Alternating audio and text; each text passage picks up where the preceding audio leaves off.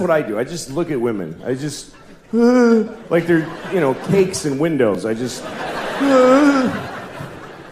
I was walking in New York once, and there's these two very cute women walking behind me, and I was trying to walk slowly so I could hear what they were saying to each other, because they were cute.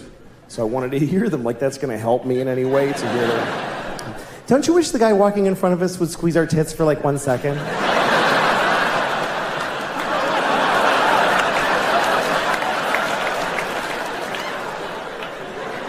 Okay.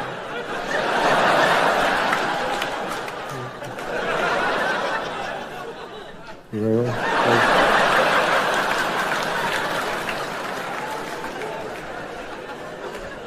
It's really a flaw in men that we would all do that. If you're a woman, you could ask any guy on planet Earth, can you squeeze my tit for 1 second? And 100% of us will go, oh yes, of course.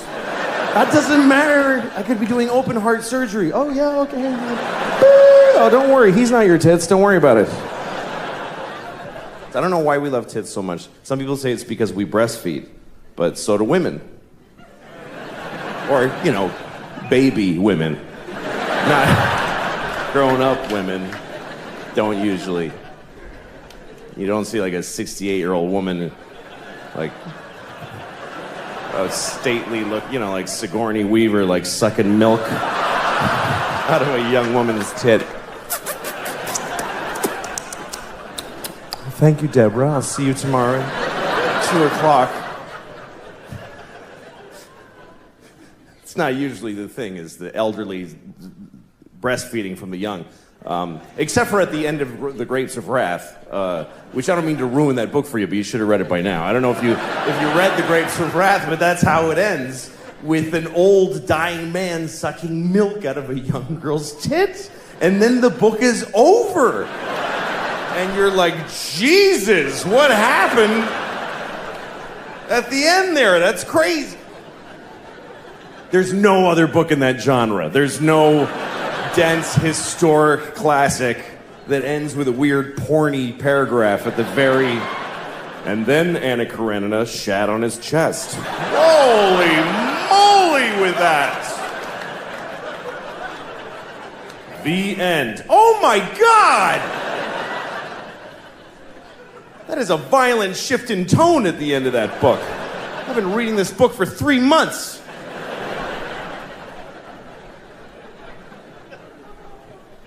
But we love tits. I can't smoke pot, because it's the same thing, I'm too old for it. Sometimes young people come up to me after shows, hey, do you want to smoke some pot? I'm like, can I get my portion to smoke without you alone later? Because I don't want to stand in a parking lot with some 20-year-olds. Last time I got high, I was in Kansas City, and I got high because I was in Kansas City, and it was shitty. So after the show, so these kids that worked at the club, they're like, you want to smoke some pot? I'm like, yes. So I'm standing in a parking lot with these kids, like 20 years old, and we're smoking a joint. And I'm taking huge hits, because I had no idea. I didn't know they'd been working on this shit like it's the cure for cancer. I didn't understand the fucking technology that's gone into making pot so powerful. Because when I was a kid, you could just smoke a joint for a while. Now you take 2 hits and you go insane. It's not doable anymore. And I was taking big hits, like big 1970s jean jacket, Bad Company hits. Here come the jesters, 1, 2, 3. It's all part of my fantasy. And I'm like, yeah. And even the kid with the wooden hole of no ear, the absence of flesh in his ear with wood, I don't know what that is. Even he was like, "That you should be careful, that's a lot of pot. That's very strong marijuana." Yeah, I'm fine. Running with the devil! Just fucking, and in about 10 seconds, everything just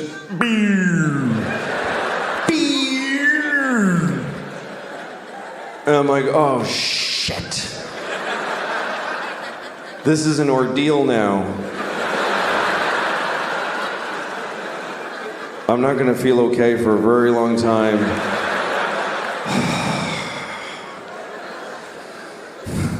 And everybody's just standing around and talking, and I'm hoping, like I'm really hoping, that I look like this.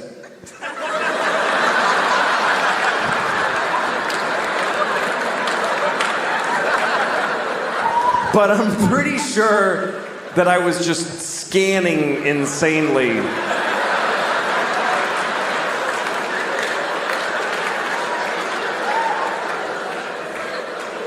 I was actually counting, like, look at her for 5, 4, 3, 2, 1. Switch to him. 5, 4, 3, 2. Randomize. Don't go in the same direction. 5, 4, 3. Nod your head. That looks like you're listening if you nod your head. Ha ha ha. And at one point I realized I need to get out of here because the air is hitting my arm weirdly and they can tell. They totally know that I'm not handling the way air is touching my arm right now. Why am I doing that with my hand? That's weird to do that with your hand. Nobody stands like this. Nobody stands like this. Just fucking, no, that's that's weird too. That's crazy. Just, shit. I gotta go. But I didn't know how to leave because I had this dilemma. We're all standing in a perfect circle facing each other. And I thought it's gonna be insane if I just turn I'm one person with my back now. Do I just back away like this and hope that they fill in? And then I thought, no, say something. Say something out loud to them that smooths the transition of you leaving. Okay, what do I say? Pick a thing to say. Goodbye. That's a nightmare. That's just goodbye. That's just noises. Finally, I walked away and I said, I'm leaving! And I know it was that bad because they all went, oh, shit, okay, all right. Whoa. Like, I'll never see those people again as long as I live. And then I had to get in a car. I forgot that I had rented a car, and I have to drive back to the hotel. And I'm driving on this highway in Missouri. And at one point I realized, I think it's been about 25 minutes since I looked out the front window of this car. I've just been dealing with shit directly in.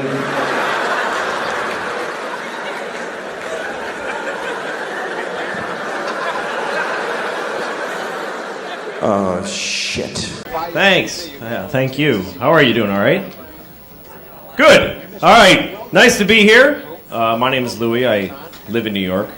I like New York because this is the only city where you actually have to say things like, hey, that's mine, don't pee on that. Yeah.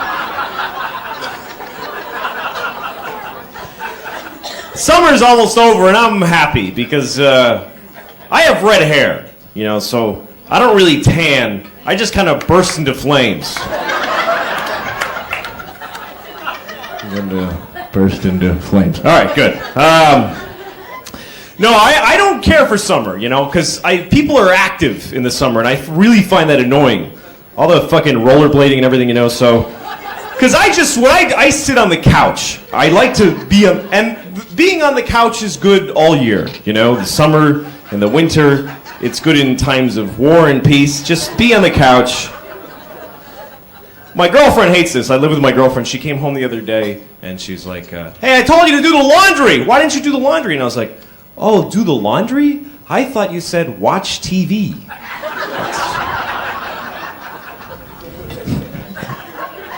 Anyway.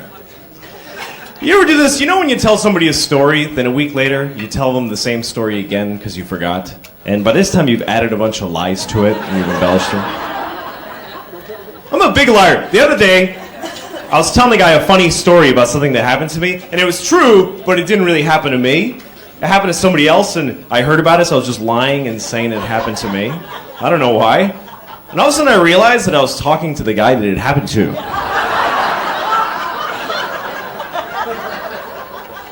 And he's like, that wasn't you, that was me. What the fuck is wrong with you? I was like, oh, no, I think that was me. No, that was me. That's the best thing to do. If you really get caught in a lie, just fucking hang in there anyway. You're a liar. And then just stop being friends with the guy right there. Don't call him. Just. This is interesting. So, you ever get, when you get in an elevator and you go to press your floor button and it's already been pressed, it's all lit up, and everybody in there saw you starting to press it, and then you don't want to press it, and then you make that thing where you don't actually make words in public. You get on, you're like, hi. People in New York are so weird. You can't even touch people. Like, I was in a bus stop, and I was standing there, and I didn't bump into the guy. I just touched him like that, just that much. And I was like, oh, I'm sorry. Like, he's going to go, you fucking touched me. Ah! Anyway, the other day I was walking down the street, and I saw this friend of mine, and he was waving to me from across the street, and I wanted to wave back, but I was eating a peach, so I waved the peach at him. I felt weird. I felt like I was going, look, I have a peach. Look what a fine peach I have. I am very fruitful indeed. Saw this guy on a bicycle. He was on a bike, and he was about to go between a parked car and a cab. He only had like this much room. And I was watching him. I could also see the woman in the cab was about to open the door, and he was going to get nailed. And I wanted to yell something to warn him, but it was happening so fast that I couldn't think of anything short enough to yell that would have all the information that he needed. I couldn't go like, hey, she's gonna open the door of the cabin, you're gonna get hit on the bike and go flying and get hurt. I didn't have time for all that. So I just yelled out, bad thing!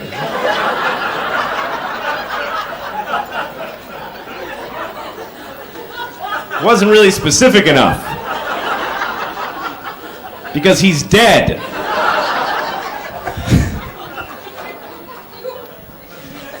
It's really embarrassing when you run into somebody that you know and you can't remember their name. That's a low grade of it, because when you don't know their name, you can bullshit around. Because, you throw things, you show off about all the other shit. Hey, how's it going at the ice cream place that you work? And how's Bill? I know you know Bill, but you don't know their name.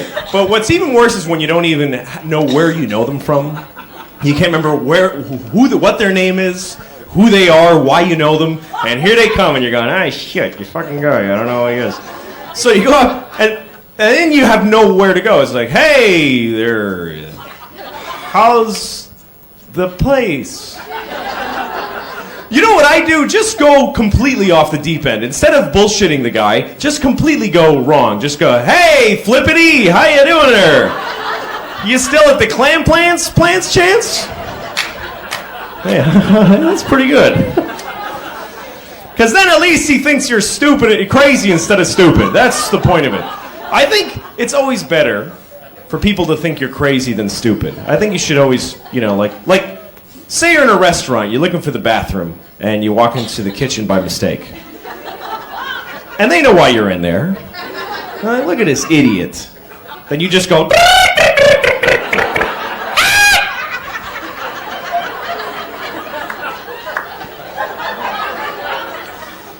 come on. And they'll let you pee in there. That's my point. Okay.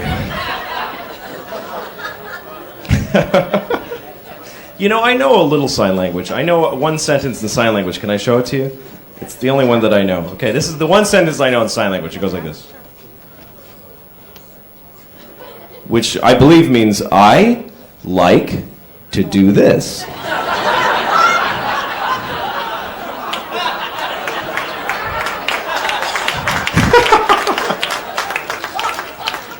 I can't believe I actually had one joke that was appropriate to the occasion here. Okay, back to my shitty act. Here's something interesting, sort of. I met this woman the other night, and she had a pierced tongue. She had a metal ball right there in the center of her tongue. And I asked her, what's that for? And she said, it's to enhance oral sex. I thought that was really stupid, personally, because I never really felt like oral sex needed any enhancement. I think it's pretty good the way it is, I can't remember any time that I've been getting blown that I've actually thought, this is really boring, is that? Is that the whole thing, really? You're just gonna suck it? That's it? That's all? Come on, put a metal ball in there or something. Oh, I'm sorry. Are you having trouble with that one? No, you doing all right? Okay. How did you do blowjob? I want to know how you... There you go. Good. Good. That's the international symbol.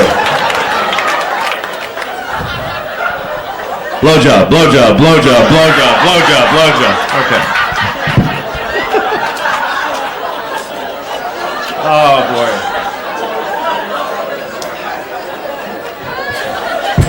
All right. I'm getting all sorts of laughs. I don't even know what's happening half the time here. So, I don't know. Sex is interesting. People get so upset about it. There's so many different kinds of sex that it's crazy. There's so many different magazines and stuff. Like, if you think you're a freak sexually, don't worry about it.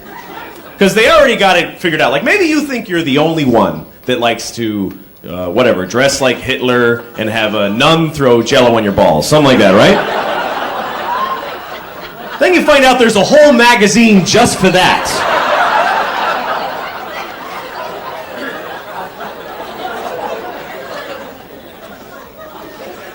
This was weird. I was walking down the street and some guy told me I was wearing a faggy shirt. What the hell does that mean? Total stranger walks up to me on the street and he goes, "Hey, nice faggy shirt, you faggot! Faggot!" I remember the shirt I was wearing. It was pink, and I had a collar, and I had these little pictures of guys blowing each other on it, you know, like sort of a...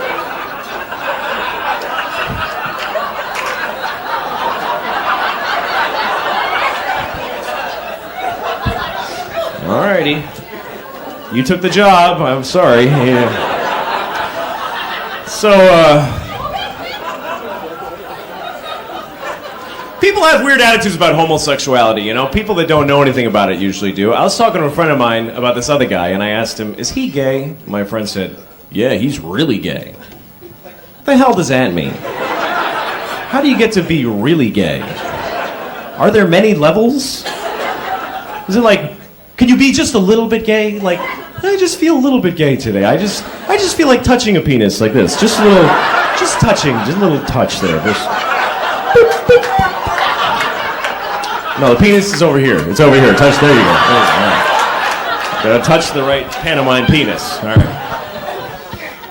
And then one day, like what happens? One day you're taking it up the ass, you're jerking off two guys, you're blowing somebody all at the same time. There you go, you got it. And you say to yourself, "Wow, I'm really gay.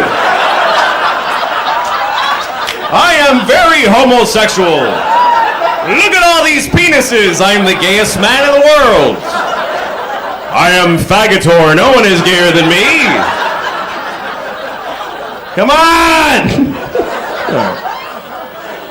Okay.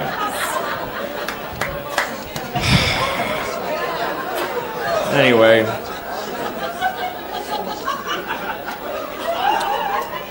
Let me try to back off a little bit here. I saw this guy today. This is weird. You ever see somebody that you don't know again? You know what I'm talking about? Like a total stranger, but he keeps popping up once in a while. Like God is running out of extras in a movie of your life or something. Sometimes I hate strangers. I was in a movie theater. I'm the only person in the whole theater. It was really weird. Nobody went to see this movie but me, so I'm sitting in there. And then right before the movie started, another guy walks in, and he sat right behind me. You know, what the fuck? And it wouldn't have bothered me, except for as soon as the movie started, he starts poking me like this, like right in the back of the head, really hard, just poking me. So I ignored him for like an hour. And, all right, never mind. I was doing pretty good for a little while. No, none of that. So, here's an interesting story. I was driving a friend's car. I borrowed a car for a week. I went out to Los Angeles, so I had to borrow my friend's car. And so I'm driving it, and the problem with the car was the horn was broken. Now, it wasn't that the horn didn't honk. I wouldn't have a problem with that. It was that the horn honked, just fucking like whenever. This horn would just go off. Just in the middle of nothing, I just beep, beep, beep. I'm honking at everybody. And people hated me. And there's nothing I could do about it. And there's no way to explain it either, because people look after you honk and they just see you going, I don't know, it's not me. And what the fuck does that mean? Somebody honks at you and then they go, hey man, it's not me. So finally I decided there's nothing I can do about this horn, so I might as well at least go with it, at least try to be part of it and enjoy it, you know? So like I'm sitting at a red light, nothing's going on. I'm behind some poor guy, and out of nowhere, beep, beep, beep, beep, beep. He looks at me and I'm like, what are you doing? Sit at the fucking light! That's a red light! Just driving down a lonely street, beep, beep, hey lady, walking! You suck! Fucking walking lady!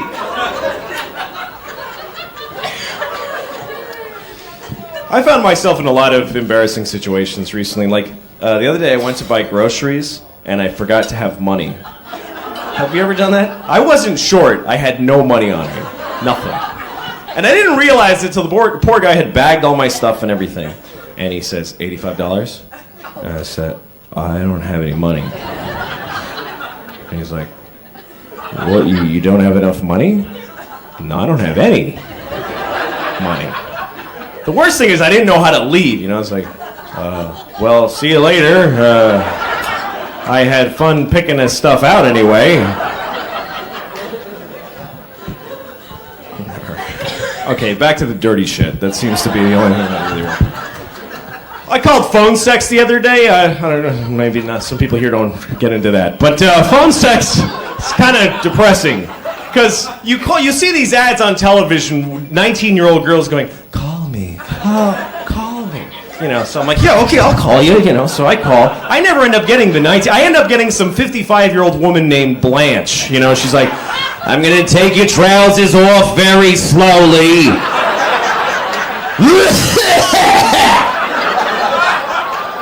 Then I'm gonna play with your balls. That's a nice one.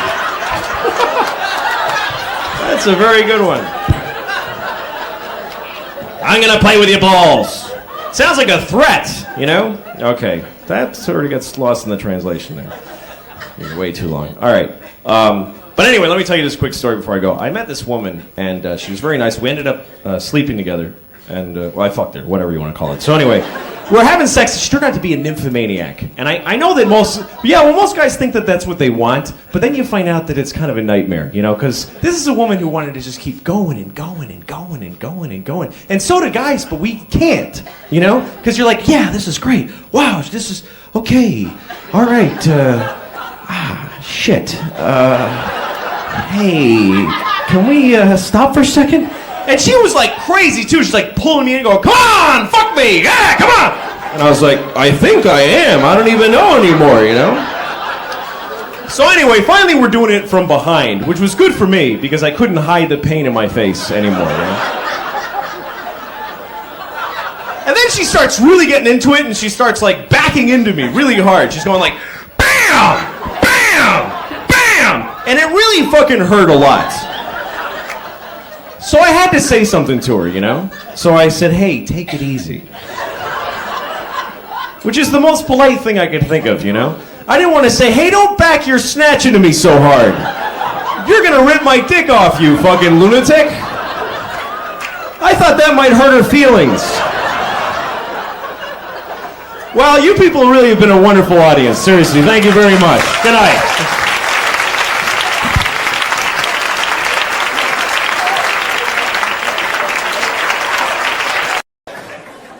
And also, you gotta die to go to hell, and I don't want to die. I like my life. I'm very happy. I'm married, and I love my wife. I love her very much. My wife hates me. She fucking hates me. She hates me so much. Like, that's what she does. Like, if you ask her, what'd you do today? I fucking hate that guy. That's what I did today. I hate Louis. She's so mad at me all the time. Here's the latest thing. The other day, she got really mad. She said to me, you know what you did? You filled the dishwasher with dishes, you put the soap in, and you didn't turn it on. And I'm like, oh, shit. What are we going to do now? But here's the part where she blows my mind. This is amazing when she gets to this level. She says, well, why didn't you turn it on? Like I have a reason for not turning it on. And I'm like, can't I just be stupid? Can't it just be that I'm a fucking idiot? That I filled the dishwasher and then I went, duh, and I walked away? I can live with that. I'm cool with that. But she says, no, why'd you do it? Which means I decided not to do it. Do you know how much more of an asshole that makes me? That means I filled the dishwasher and then I went, you know what? Fuck her, I ain't turning it on. She can suck my dick if she thinks I'm pressing that on button. I'll fill it, but I don't fucking press on, not in my own house. Why would I do that? That would be crazy. The thing that she's usually mad about is simple. She says that I don't listen to her when she's talking. And I don't. But it's not because I don't love her, blah, blah, blah. It's because I try to listen. I really do. When she talks, I just stare at her face. I'm like, come on, bring the story. But somehow I'm like, what the I can't do it. I try. Because every story gets divided into 50 stories that all branch out into these crazy, and I'm like, holy shit. I've got ADD. I can't do it. I'm like, fucking please. But I try every time I try because I love this retarded woman. So I try really hard to listen to her stories. Other people don't even try. We go to parties, she starts talking, people just walk away like, fuck this, that lady's crazy. Who would waste time listening to that crap? Me. She can't help it. I really feel bad for her because the thing is that every word of the story gets her so excited that she wants to fucking run with it and she can't fucking just break through and get to the end or even the beginning. This is my wife telling a story. She's like, guess what happened to my mom today? You remember I told you my mom how when she was in college, not when she went to Michigan, when she transferred. Remember because that guy got weird and she had to leave because he was, not the Iranian guy, that was a different story. That guy, I think he was Persian. I heard that Persia actually split. What the fuck are you talking about? Jesus Christ! Pick a thing! Have some consideration for the fucking listener. I don't do that. Here's me telling a story. I bought a tomato and I ate it and it was good. That's a story anyone can follow. It's about a tomato the whole time.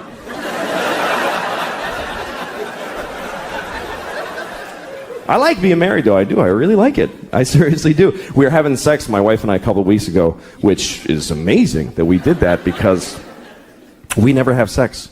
Never. Because we have a baby, and our baby's a fucking asshole and won't let us have sex. No, fuck, that kid's a jerk, man. Seriously. Every time she's got some urgent shit in her room. Papa, come in here. I am in now. Okay, I go in there. What's up? I need a pair of pants to put on my pony. Wow, holy shit. I'm trying to fuck your mom in there. Would you give me a break? Can a guy fuck your mom for a minute?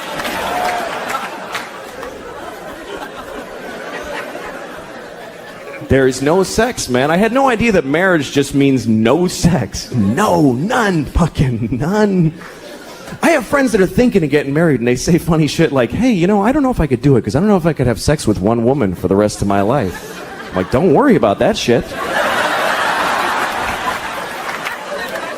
You're gonna have sex with 0 women for the rest of your life.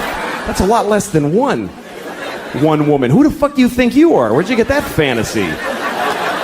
I'd love to have sex with one woman for the rest of my life. Any one woman. Big, fat, dead lady with a beard, I'd fuck her every day. I'd be proud to have her. I don't know. I always seem to get in trouble with people. I don't know what happens to me. I was in traffic once, and a guy behind me lost his mind. Did that ever happen to you? The guy behind you in traffic just decides that you're the problem. It's you. I don't know what happened. I'm sitting in this car, and there's 50 cars ahead of me before any light. And the guy behind me just starts beep, beep, beep, beep, beep. I look at him, and he's honking just at me. He's amazed that I'm not going. He's going, go, Jesus! Just go! Screaming out his window at me. Like I'm driving all 50 cars there, you know? I'm pushing them like shopping carts in a parking lot. What does he think? He keeps yelling, go! And I'm trying to do that thing. What? I can't. What do you want? What do you want? Why are you... But it just made him madder. He was like purple and crazy. And I'm laughing at him, you know, till he gets out of his car. He's one of these guys, gets out of his car, comes up to my car, starts screaming at me, move it! Move it! And what am I gonna say back? What's gonna be my argument that's gonna make him see clearly, you know? Well, I can't because of all the cars. I'm not able to get through the cars because they're solid. They're made of solid material. You know what I mean? And he's gonna go, oh yeah, I didn't know they were solid. That's right. Yeah, you can't drive through the cars. Well, I'll just go back to my car and wait. I'm sorry. That's not gonna happen. But he kept yelling at me, so I just decided, you know what? I'm gonna argue with this guy. I'll argue with him. But I'm going to argue about something else. I'm not going to have his argument. I'm going to have mine. So he goes, move it! And I go, well, give me back my jacket!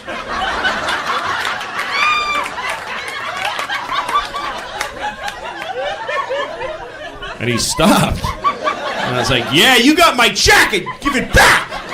Now! I want it! He got scared. Got back in his car and he locked his doors, so, you know, that's what I do from now on. I was talking to my, this guy Jerry that I know, and he's one of these guys, you know those people who, they sound like they're happy for you, but they sound like they're in pain also? You know people that talk like that? He's like, hey, what's going on? And I go, well, my sister is getting married. Oh, that's wonderful! Oh! That's terrific. Yeah, I think we're going to have a baby. Oh, my God. Ah! Ah! God bless you!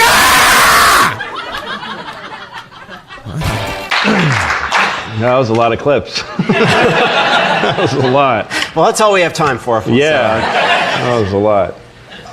No, seriously, I was thinking this before, but you know, I've seen those clips several times, and honestly, like those are, you know, just a couple of the best scenes I've seen of anything, you know, this season. It's weird seeing them all strung together like that. It's a little, there's something wrong with me, I think. Anyway, go ahead. Well, no, I mean, the thing I was struck by just watching it now, I've watched them a bunch of times, but particularly the scenes from Bully and God, those kind of played differently in a big room than I'd seen them before. Yeah. You know, and there were laughs where I wouldn't think there would be laughs, but then it sort of makes sense because there's tension and it's building the tension. And the whole thing kind of made me think, you know, do you think of the show as a comedy or a drama or a comedy with part drama or a... Well, it's a comedy, and I feel sometimes a little irresponsible when I'm that unfunny.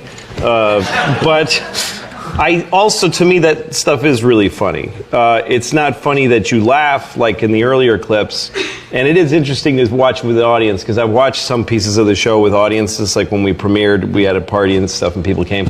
So I watched people laugh, but watching people watch the bully scene is really intense with an audience because it's so humiliating. And also, even though I shot it and deliberately made myself go through that, it's painful to watch me.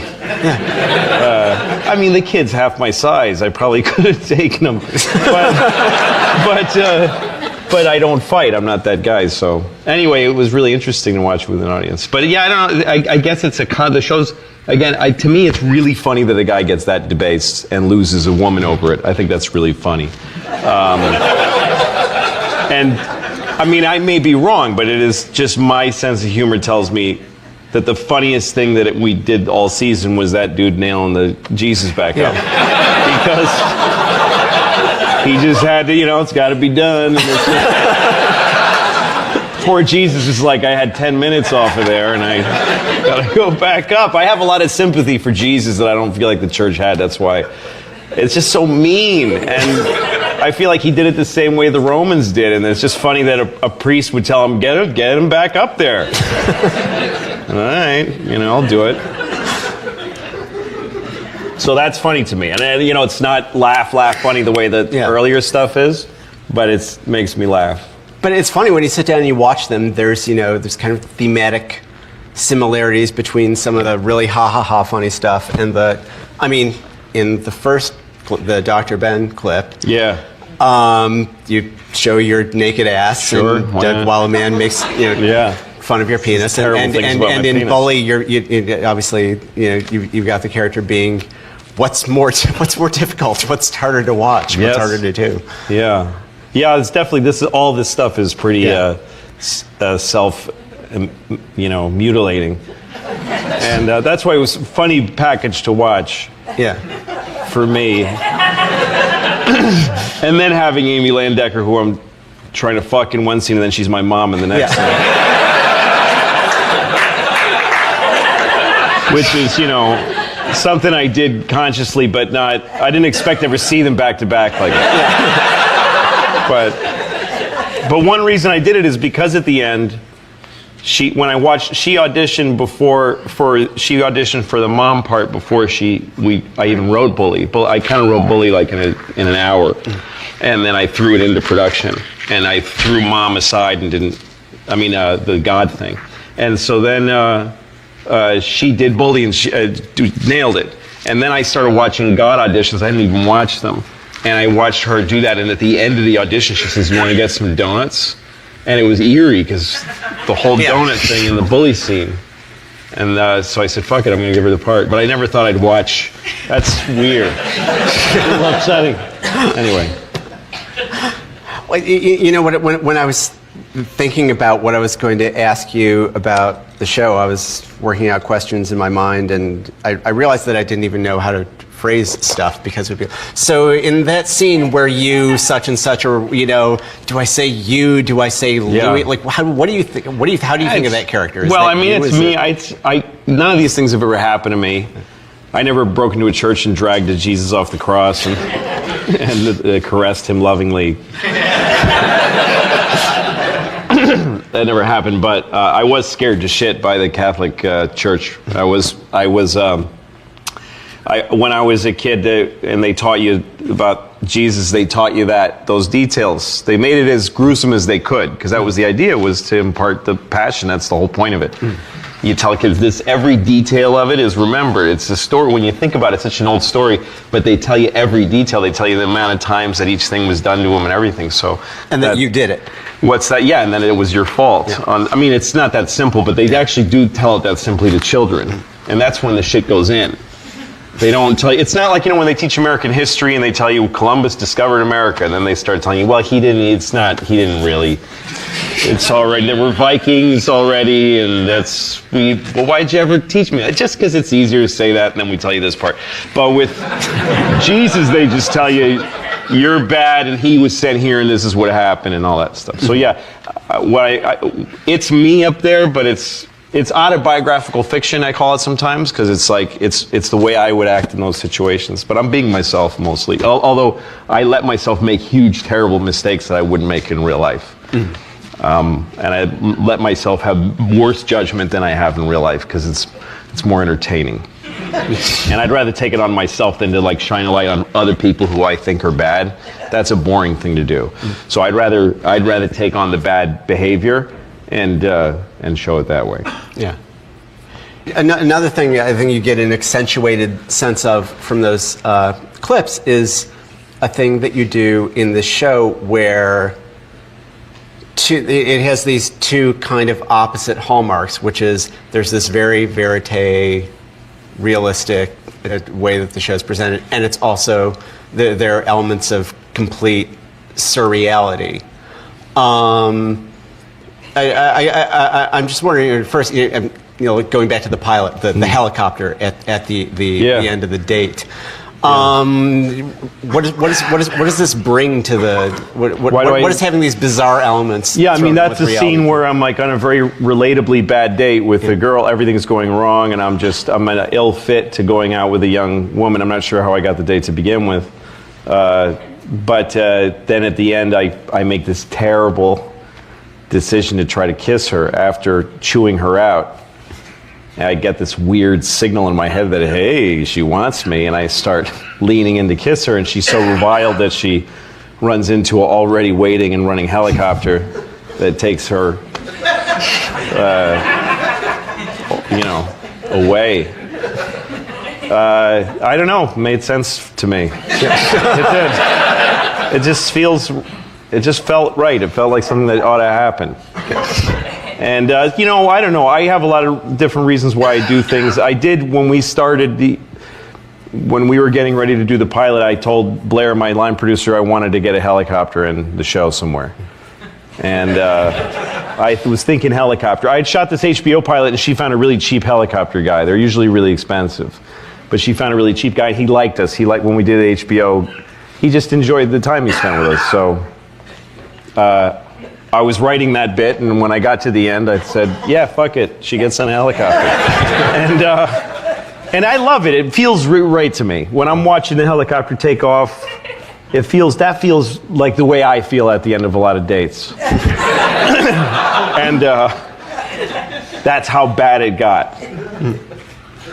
That it went to a place that can't possibly really happen. Yeah. That's the way it feels sometimes. So these are the kind of choices that I make that I know that some people would go, yeah, but she took me out of it. And then my answer to it is like, okay, well, if enough people say that, then I'll get canceled.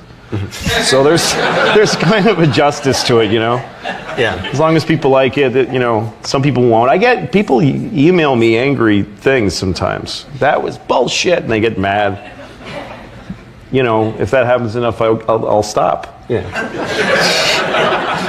Another thing you've mixed up in the show is that there are elements of the show that are serial or that recur in episode to episode, and on the other hand, you have two different moms and two different. I mean, not obviously just the actress because of the age difference, but in character, totally really different mothers. People.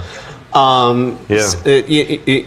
So do you think of every episode as just a short film entirely divorced from the others? Yeah, I take it on as each episode has, even not only just each episode, but each piece inside of each episode has its own goal. And I don't know, I like to keep trying different things, and I think in terms of baseball and boxing a lot. And for baseball, to me, this is like, there was a pitcher for the Yankees once called Orlando Hernandez. They called him El Duque. And what made him so hard to hit was that he had many arm angles. Like sometimes the ball would come from here, sometimes from, you just didn't know what the hell.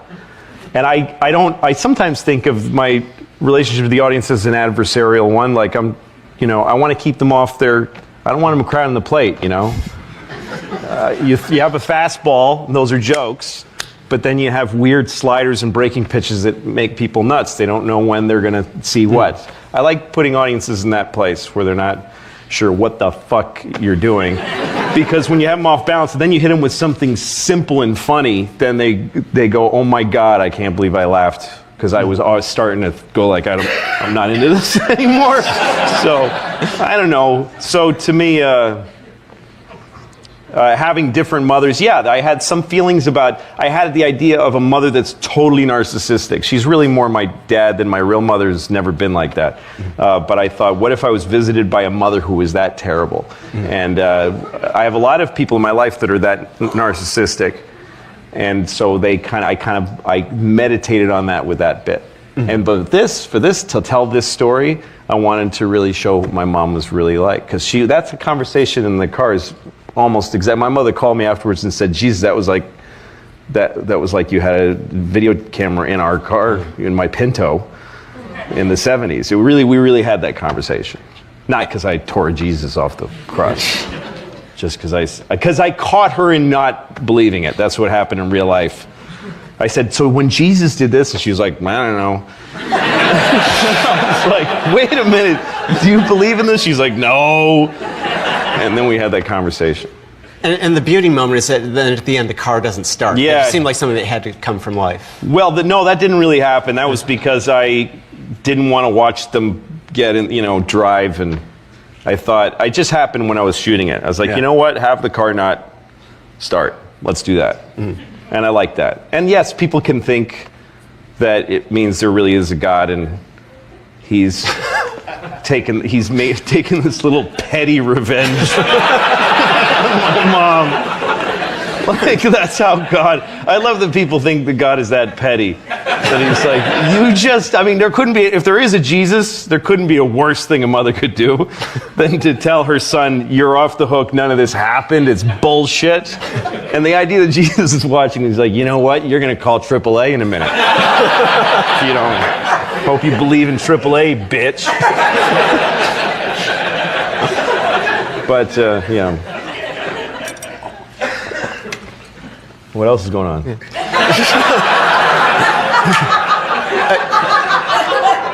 Can you talk about a little bit about the deal that you have to do the show? Because I understand it was kind of an unusual financial arrangement with the FX. Yeah, it's. I don't think I've ever heard of anybody having the situation that I have right now.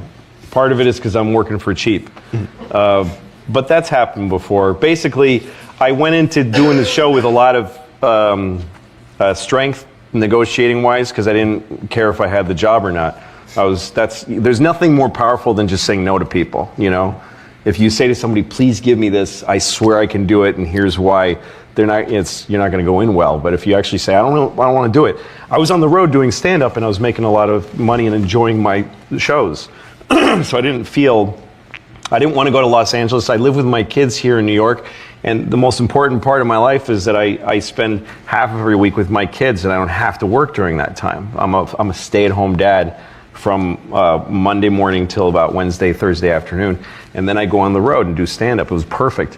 And so I went out to LA and I did a theater show there, and a lot of people came and it did well. And then NBC and Fox and all these people started throwing offers to me to do a show, and there were a lot of money. And then I started to think, well, maybe I should do it for the money because I could stay home a little bit, and the show will never get on the air. There's no way I'm getting on the air at NBC.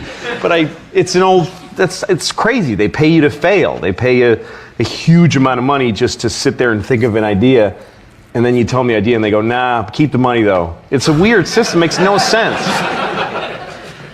Anyway, this could be too long an answer. Let me cut right to the chase. I went to FX, and they said, I didn't want to go to FX. My manager, Dave Becky, who's here somewhere, he's also an executive. But you can thank that guy who was raising his hand for the show even existing. Because he made a meeting for me and John, I'm hemming because I blanked on his name for a second.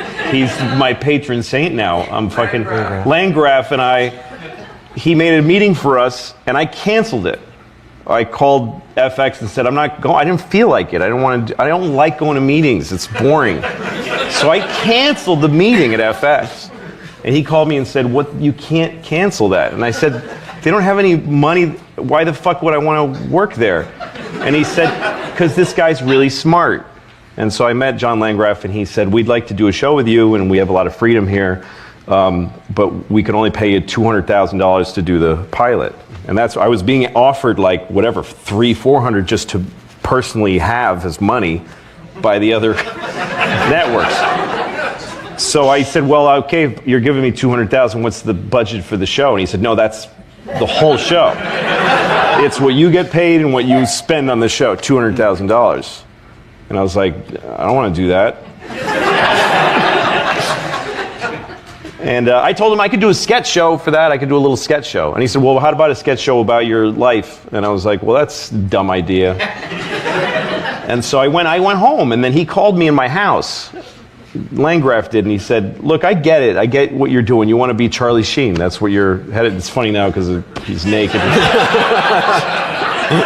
Yelling nigger on the streets and all that stuff. But I don't know why that's just what alcohol does to famous people. But anyway, Charlie Sheen, to me, he was saying, you want to be a big star and on a big network, and And I was getting sick as he was saying it, the idea of that. But he said, if you come in, I said, look, give me $200,000 and I'll do the show, but you can't, I'm not writing it and then sending you a script. You have to just give me the money and I'll send you a show, a DVD in like 3 months. That's it. No between anything. I'm not pitching, I'm not even telling you what the show's about, who's in it, how I'm doing it. You wire me the money. I didn't even want to have, because this is the way I figured was that I'm very lazy. I'm a lazy person. And unless I get excited about something, and I thought if I have $200,000 of FX's money in an account, then I'll write something. So he said, I have no problem with that. And so that's the way we did it. He literally wired me $200,000. And at one point, Dave, God bless him, and my agent were trying to get it up. They were like trying to get it to 3 or 4. And then Landgraf called me and said, do you understand that I can write you a check? I can send you $200,000 from my desk. But if it's more than that, I have to go ask Rupert Murdoch for the money. And then you're going to have to explain to somebody what the show's about. You have to at least tell me what it's about. And I said, okay, keep it at 200. And I won't tell you anything. So he sent me $200,000. And I called Blair and all the people that I worked with making films here in the city for years, and Paul Kessner, my great DP who can shoot for nothing. And we decided to shoot on the red and I started piecing the show together, not from what it even was about. I was like, I want to shoot a show that feels like short films, that's done with beautiful lenses, and that we shoot it, carefully, like an old film crew. I started thinking about the kind of people I would like to see in the show before I had written anything. And then I started piecing together little scripts, and I ran out and shot one thing and then stopped and then wrote more. And I just kind of created it I just took the money and just threw it at objects and people. And I shot way more than I needed. I shot something like 3 episodes worth of material and crunched it down to the pilot. And gave it to them, and they had no idea what they were going to see. They just pressed play and they watched it. And that's a great trick, because usually they have to read the scripts, then they do rewrites, and they're sick of it. But they had no idea what the show was. And they watched it and they said, yeah, let's keep doing it. And they gave me $300,000 for the series per episode. That's it. I mean, I get paid out of that. I get paid Writers Guild minimum for the script, DGA minimum for directing, and I pay myself very little as an editor. I just make the show, and when we started doing the series, John Landgraf said, well, you got to tell me something. And so I said, well, let's have a beer and let's talk about it. So we just sat, and I told him 3 ideas for the series, and I didn't do any of them. So I said, here's 3 ideas, I may or may not do them. And he said, sounds fine. And so that was it. Every week we would take the money and we'd make shows. And also I had the freedom to spend more on some shows than others. Some shows cost $500,000. Some shows cost $150,000, depended on the subject matter. They didn't know who was in the show. I was more able to get interesting actors, people like Ricky, because they didn't know Ricky was on the show. Mm-hmm. They watched and they go, how the fuck did he get Ricky Gervais? They just watch it. That's Matthew Broderick? How the fuck? And they just, so, and that was, to me, it's much more fun to me. Doing the show this way is a lot of pressure. It's a huge amount of pressure. Because if the show stinks, if I give them an episode that stinks, then I have to do it over again. Mm. I mean, that's the deal that we have. They have a right to say, yeah, we just didn't like that one. And then I have to make another one. Yeah. So it's a lot of pressure, and also I want to keep that freedom. I knew that if 2 episodes in, if the shows were weak, they would have come. It wasn't a contractual right. It was just a verbal agreement. It remains a verbal agreement between me and John Landgraf that I have that freedom. It's not a deal that I have. I mean, that deal doesn't exist. They would never put that on paper. That would be suicide. It sounds like it comes out of petty cash. Yeah, like it does. Just opens up his top drawer. And, it's literally, my show is so cheap that the advertisers don't know what they're advertising on. That's how it's so cheap to pay for that people will advertise on it without knowing what's in it. Red Stripe beer doesn't give a shit what I'm doing. So, but I earned that right with every episode. Mm-hmm. If I start sliding downward and the show gets weak in their mind, they'll send people, and I'll have to have every script submitted to them. Everything. That's my contract says that I serve at their pleasure, and they have approval over everything.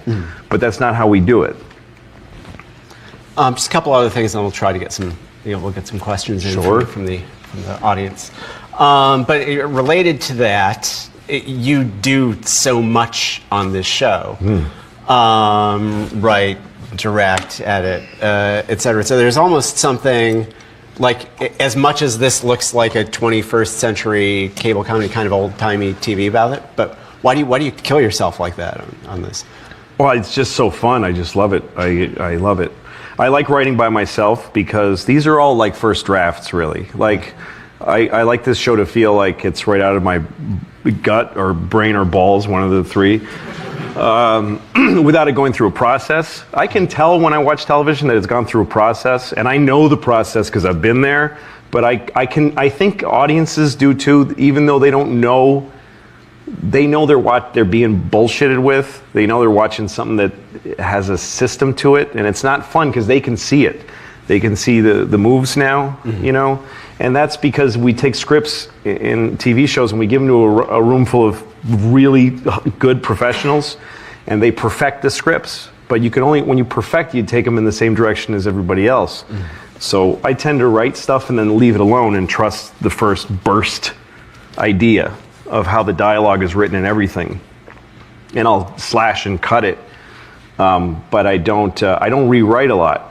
But then I meticulously shoot it. So I'm taking something that was barely thought through, and I execute it as a director much more carefully. And I could never do that. If I had a writing staff, they would never let me do that. It would be much harder, and also would be 12 times more expensive in the writing department. And as a director, I can pay myself shit, and I think I'm worth it. So and I love it. I love going to this set every day and getting to shoot this stuff. It's so fun. And the autonomy just greases the wheels. It makes it easy. I can write pages while I'm shooting and change stuff, or The story that you told about having the same actress play your date and your mom, I think I'd first heard that because I think you posted that in response to it was a review of one of the episodes at the AV Club. I Google myself too much, I think. And well, I'm kind of worried because it's sort of the flip side of that solitary auteur approach that you now exist as a creator in this world where there are a zillion opinions out there, and you can read every word that's written about you, and you actually engage with some of your critics and fans. What do you get out of that? It's not a good idea. I shut down my Facebook and MySpace and all this stuff I used to have because I don't think it's healthy for me to have access. I'm close to shutting Twitter down because I say things I shouldn't say on Twitter too. Just because I can't. I have a bad form of Tourette's that I can't really resist. That's not nice to say because that's a real condition. But maybe I got it. I don't know. But in that case, it's really narcissistic. Sitting there Googling your name and somebody wrote a thing on a blog in Turkey about my show. I'm gonna see what he has to say. It's really gross, and I've tried to actually temper it because there was such a massive amount of stuff to read for this show, and so I had to actually say, stop doing this. This is disgusting. But I'm a comedian. I work. My whole life revolves around getting, feeling the laughs or the not laughs, or feeling it's not all that I need laughs. It's like the challenge of getting a laugh or the challenge of getting through a dry spot in a show. I'm all about the audience. So when you produce this stuff and then just let it go on the air, it's it's fascinating to see what people think of your material. And the folks that were asking questions about the two moms were intelligent. I just enjoyed the conversation. It's like I went to a party and they were talking about my show, and I was wearing a fake mustache or something over my real mustache. And they were having a conversation that was compelling to me. And I said, well, I actually know why I did it, so I'll tell them. Because I liked them. I liked the people that were talking. If somebody had written, why did that fucking faggot make 2 fucking different chicks his mom? What a douchebag. I would have left it alone, because that's not as interesting. Although, maybe I would have answered him too, I don't know. Because, you dick, I wanted to. Well, in that spirit, should we go to the room? And, I guess I have to pick people. Let's do the Georgetown shirt over. Oh, you can't see the shirt. I'm sorry. Guy Forrest back here. Thanks a lot. And thanks for being so generous as a comedian. I think we all really appreciate it. 2 quick questions. This kind of intricately exploring your moral core in all these like horrible lapses in morality and everything, does that go all the way back to you starting as a comedian? You know, because you said you started in high school, so I was wondering if that was true. And then also, how did you get into directing, and how did you learn about directing? And along the line. Well, when I started stand-up in high school, and I didn't care about my moral core or whatever. I don't think I have one of those, but I didn't think about that. I just wanted to try to be funny. Several years of, that's why it really takes like 20 years to make a good comedian, because at least for the first 10 or 12, for the first 10 years, you're just trying to learn to be funny. So you just come up with, hey, maybe a joke about rocks would be good. And you apply your comedy knowledge to rocks. And then you try current events for a while, and those come and go. And then you're also sort of joining a chorus of hate when you do that. And so you try all this stuff, and some of it works, and then you start hating it. So after 10 years of learning how to be funny and how to just do the work of being a comedian, just like learning piano. It's like if you were learning piano on really shitty pieces, but you are getting the skill. And then you go through 5 years or so of realizing that you've wasted 10 years talking about nothing to drunks in bars, and it's too late to go back and do anything else with your life. It's a bad time. So then you have 5 years of just repeating the shit you've been doing and not knowing why, and then either you bottom out, or you go write for a better comedian, or you give up or kill yourself, or something else comes in and gives you got something else that you want to talk about. So other shit came to me that I wanted to talk about. So I changed in that way. I learned how to direct. I worked for a local access cable TV station in Newton, Massachusetts, where I grew up, and I learned how to run video cameras and how to edit. I shot hockey games for my high school and stuff like that. And then I'd do little art pieces, and then I'd take the cameras home and make my own little funny videos. That's kind of where I started. And then every time I had any little bit of money from doing stand-up, I would make short films. I made short films throughout my years. The short films for me go back to, I don't know, 89 or something like that. And I go to festivals with them. It's just something I've always loved. I didn't go to film school. I didn't go to college. On the aisle here in the red. Hi, thank you very much for this. This is really, really valuable. I just want to know what you have to say about censorship in terms of being a stand-up. You probably had to clean up your act when you did Conan or Letterman and stuff, and you're someone whose act is not clean. How do you deal with being told all the time, you must be clean, but knowing in your bones that you're not someone who is, you're someone who... You're someone who swears a lot, and you know that's your essence or whatever. What's your advice? Well, it's all about the venue. Where you're working is what decides what you get to say. I never felt. I don't get why we can't all say anything we want on TV. Nobody's ever explained to me why that isn't illegal. I don't get why there's an FCC that can make those rules. I don't understand it. It doesn't jibe with what I understand about America and the First Amendment. It just doesn't make any sense to me. Well, they're just words, right? What? They're just words. Yeah, but you want to let me finish? But when you're working for a network, the FCC rules aren't usually the challenge. It's every network has a standards and practices person. And networks that go over the air are the ones that you have to have an FCC thing. But cable, you can say whatever you want. But as far as the law, but every network has their set of rules because it's not just, none of us have a right to be on TV. It's their channel. I mean, they set the fucking thing up. They bought a big dish and they have a satellite. They launch satellites into space. So for them not to have the right to decide what's on it, I think is stupid. I think it's really boring to me when anybody on TV goes like, well, assholes won't let me do it. Well, it's their fucking, why can't they enjoy what they put on too? And the way they pay for all that shit is advertising. And so they have sort of every place hires somebody who's there to who just knows where they're going to get in trouble and lose money. That's all. It's money. I mean, everything has to be paid for. Anyway, when you do Conan shows like that, it's harder because it's the FCC, it's the airwaves. And it's a game, though. It's kind of fun. I had jokes improved by censorship. When I was at Conan, I did stand-up on the show, and I knew the standards guy because I was a writer. So I could actually, I did a joke about Giuliani at the time, who was the mayor of New York, and he was angry because somebody threw shit on a picture of Jesus or so. I don't know what it was. It was something where somebody made a piece of art they smeared elephant shit on a picture of Jesus' mother.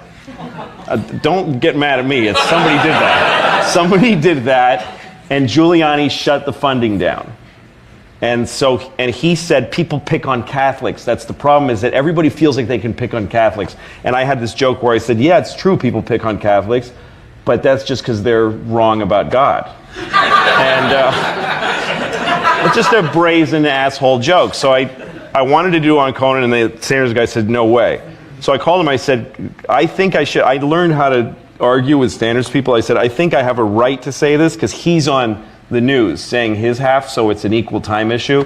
And he goes, all right, but how can you say it that's not so offensive? I don't want to get phone calls. So we talked about it, and he had this idea. He said, what if you sound, first of all, really sympathetic when you say, it's true, people do pick on Catholics a lot, but that's because they're wrong about God. Like he said, if you make it like a sillier turn, show some sympathy, and then it's going to be clear you're joking when you say that.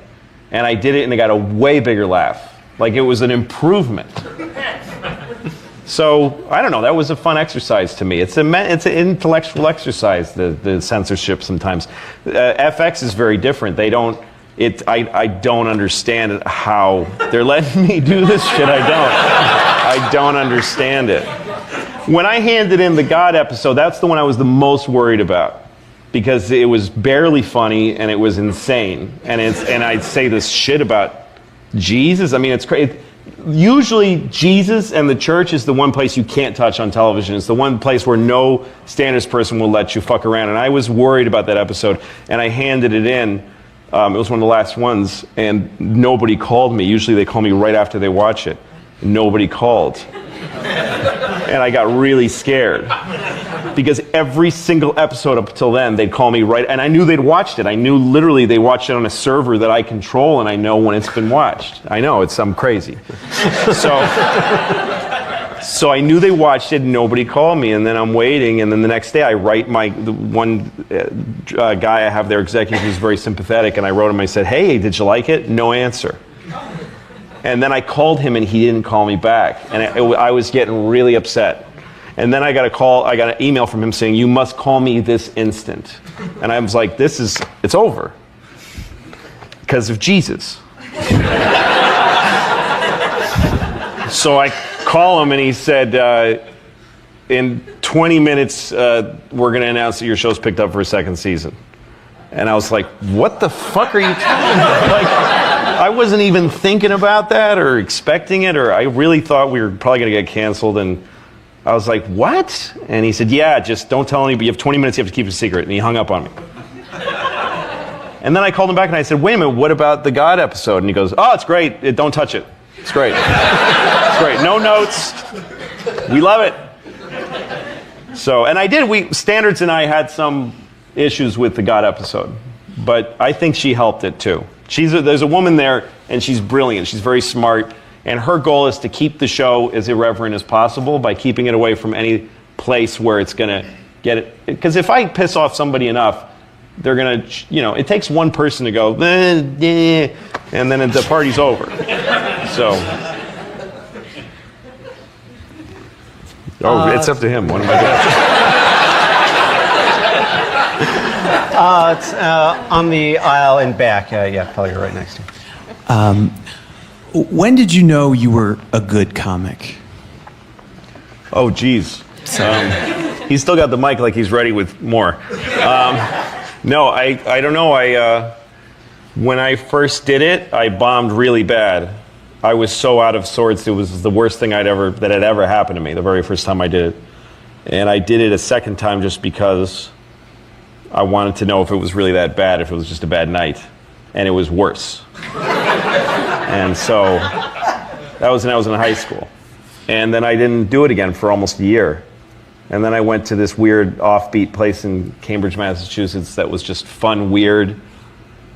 It was a off-the-wall cinema. It was a place where you would watch like Dada films and eat carrot cake. And they did stand-up comedy at midnight on Saturdays. So I went to the show, and it was really weird show, strange, trippy comedians. And I tried it there, and I had a really great set. That was my third time on stage, and I thought, I can do this. And then I bombed several times after that, but I didn't care, because that one set really got the hook in me. So I didn't know if I was good at it. I just thought, I have a way that this is something I could do that I enjoy.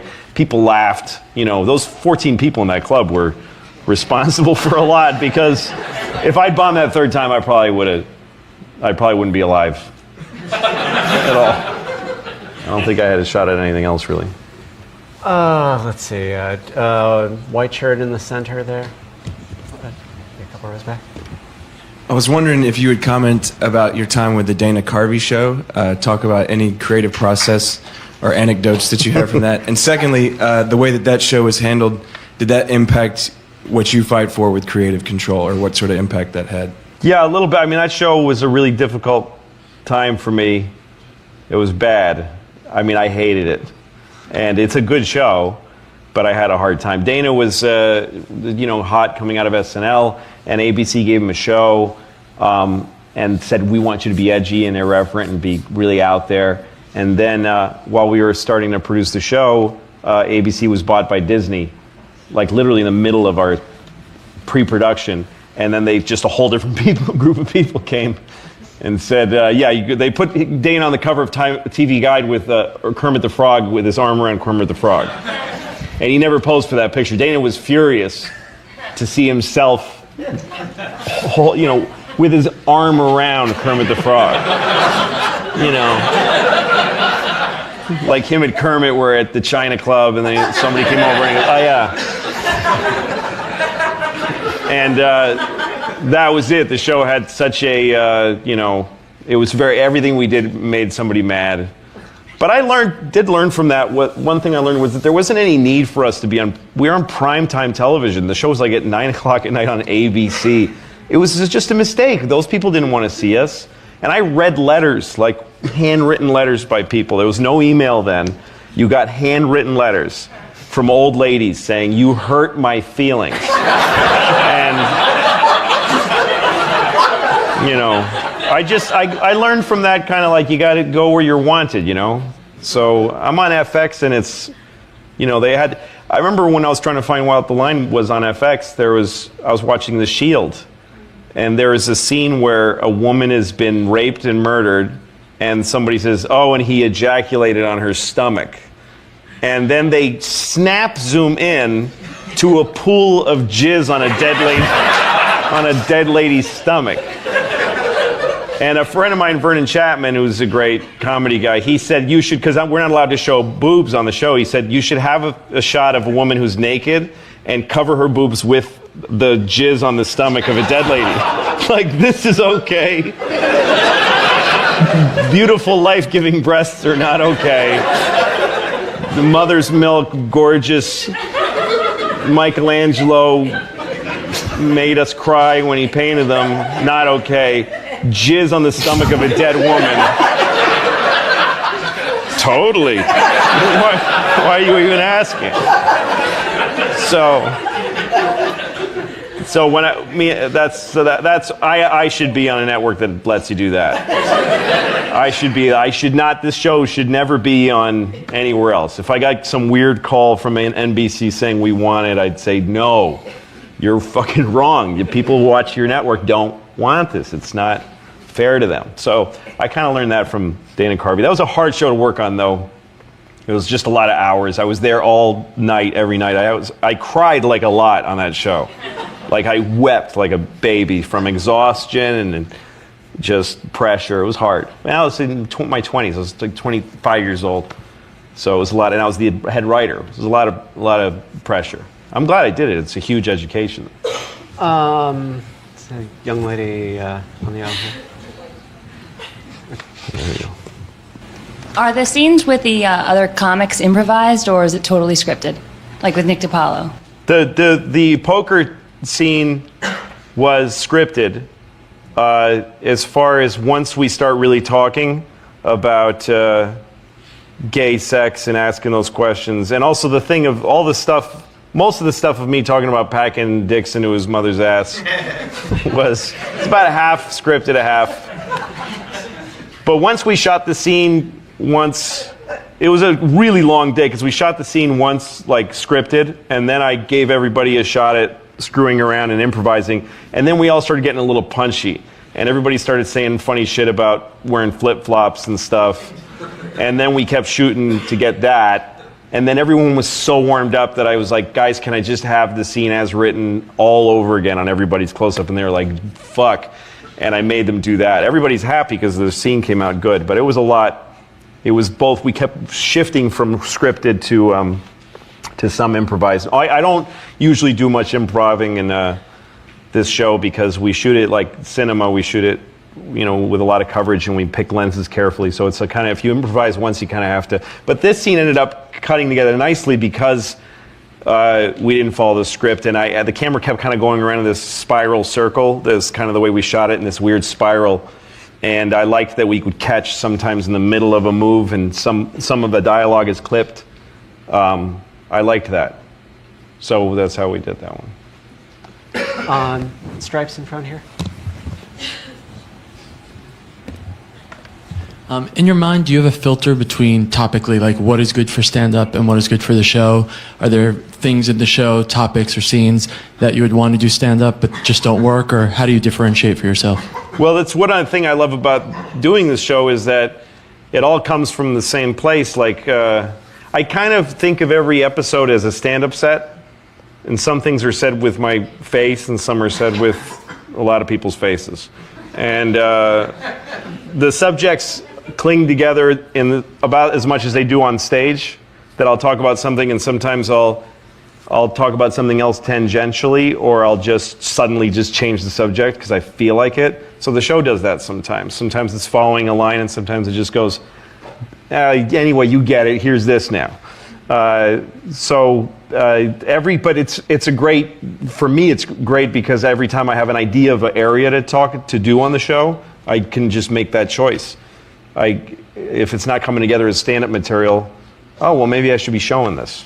So it's kind of 50-50. I mean, it's whatever. It depends on the subject. The gay thing, the poker thing, that was a real conversation I had with that comedian years ago. And I thought I should tell that story on stage. But then I thought, I'm not going to stand there and tell that story. It was his story. And I actually got him to, that's the real guy. He's just a comedian from here in New York. So that was one thing where I thought about it on stage first and then thought I'd shoot it. All right, we got time for one more, I think. I hate this godlike power. Sorry, everybody. Right in the center. With nobody over there. Okay, nobody over there asked anything. I mean, they want to. All right, right next to you there. Hi. Oh, my voice is horrible in this. I'm a film production student, and I actually wrote a script and based it off you and your show, and because I like your tone, and what is the best advice you can give for like a student and like attitude when you're doing that? Because you kind of say a big F you to a lot of people, and I like that. You mean I like attitude when you're what attitude? when you're in the production, which you've done it all, and what's the best attitude to really give? The best attitude in production is really really wanting to help a lot. really wanting to help whoever's show it is be really great. I think that's anybody who's doing any job, really, should want that job to be done really well. I mean, this is a simple answer, but it's really true. Yeah. There's one person really usually that has an idea of how to do something, and everybody else should really want. I mean, it's such a rare and great gift to get a job in show business. It's very, very. It's not. You're not going to get one. I mean, statistically, you're not. So, you know, it's like when unemployment is like at 2%, they say it's full employment. Like that's how low your odds are. That statistically, you're not going to get a job that you really want in show business. So if you do, holy shit. What if I was and the way I would approach it is I want to do everything I can to make myself valuable to these people. That's when you do it, when you're in production and you just see somebody kicking ass and wanting what they do to go well, you just never forget them. I mean, I have people I've kept around for years and years, and I just beg. There's people that don't want to do this shit anymore, and I beg them to stay on for me. That my DP, Paul Kessner, is a genius, but he wants to be on a boat all the time. He has a fucking boat, and he takes it to the Bahamas and shit. And so every time when we got season 2, he's the only one who didn't want to hear it. I'm like, we got picked up, and he's like, I'm like, please get off the fucking boat, because he's so eager to make what I see in my head real. That's the way, all the way up to the very closest person. And then actually when you're the person who's running the thing, which is definitely not going to happen to you. I'm just trying to impress upon you how, if you get there, how rare that chance is going to be and how important it is to seize it. If you get to be the person who gets to run the thing, then you have to kind of turn the same attitude on them, that you have to enable all those people to do their jobs. And I'm just the directorial department. I'm also the writing department and the editorial department, and the lead actor. But I just run those parts of the show. Everybody else has to. I have to know what they do. I know what everybody does because I was an intern. I mean, I carried camera cases. I did everything, and I hung lights in studios. So I know everything that goes on. So I know what I'm asking people to do. I know what I'm asking them to take on. I think it's arrogant to think that you can just force your will on a crew of people. You've got to be a human being if you're a director or if you're a sound person. When I was shooting Pootie Tang, there was a young chick who was we had a boom operator. It was this young student who came on for one day, and we're all ready to shoot this really intricate shot, and she didn't like how she had the boom, so she just went, "Wait a minute, I'm not ready." And everyone was like, what the fuck was that? Because she was being belligerent and shitty. And so the person who we replaced her with was a real human being. They treated us like human beings. Everybody just wants to be treated decently. Life's too short to be an asshole as an employer or an employee. So if everybody likes the work and everybody wants the show to be as good as possible and everybody treats each other with respect, the show's going to be, and we have so much fun on this show because we don't have anybody on the set who everyone goes, oh, Jesus. I mean, it may be me. And then there's only one then, so, you know. The only question I want to answer, because everybody asks it, is about the middle finger during the opening credits. I know somebody here wants to ask it, so I'm going to answer it. During the opening credits of the show, some guy flips off the camera. It was a young NYU-looking kid, spiky hair, and just real contrary, and he was walking with some real, fuck everything type. I mean, I was eating the pizza and I saw them, and I already thought, Jesus. And they walked by and they were like, because they saw a camera and they saw people making a sincere effort at something, it was like just offensive to them. So one of them went, yeah, and he flipped off the camera. And I remember that moment very well because I was eating the pizza and I watched him flip off the camera, and I could tell by the angle that we caught it And I thought, that's it. When that happened, I knew we were going to be on TV. Because that was when we were shooting the pilot, and it was a test to see if we could get it. But for some reason, I remember seeing that and thinking, that's just meant to be, that's going to be in the opening credits. It'll be fuzzy, because I fucking know how the camera works. It's going to be a little fuzzy, because it's out of the depth of field. And people are going to see it. I just knew that was just a sign to me that we would get to be on TV. So there is a God. There is a God. He gave me the